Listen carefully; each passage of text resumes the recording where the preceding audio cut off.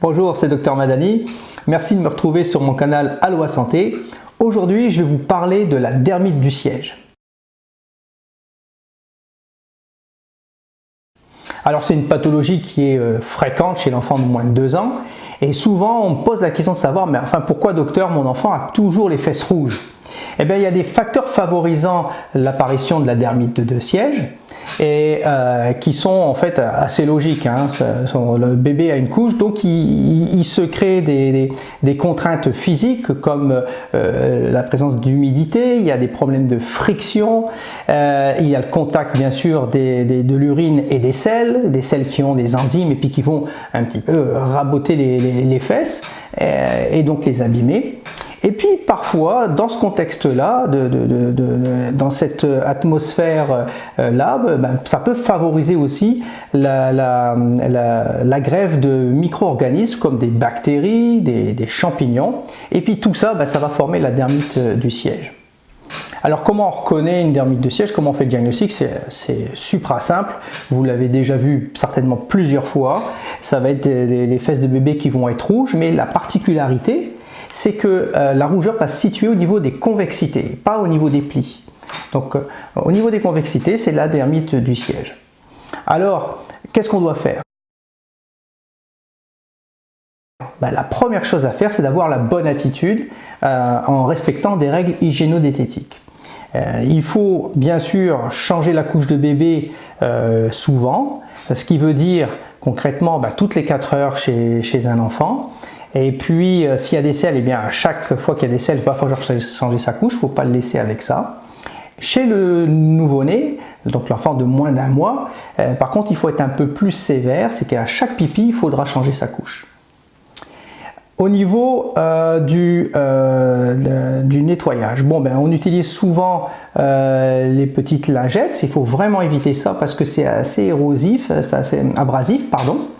Et puis, quand on va devoir nettoyer les fesses d'un bébé qui a fait ses selles et qui a une dermite du siège, il faut plutôt les laver à l'eau et au savon doux, et bien sûr bien sécher après. Si il y a des lésions abrasives, une érosion de la peau, d'abord c'est très douloureux pour bébé, donc on évite de frotter, donc on ne frotte pas du tout. On met directement les fesses de bébé sous le robinet pour essayer de nettoyer de façon mécanique comme ça, mais de façon douce.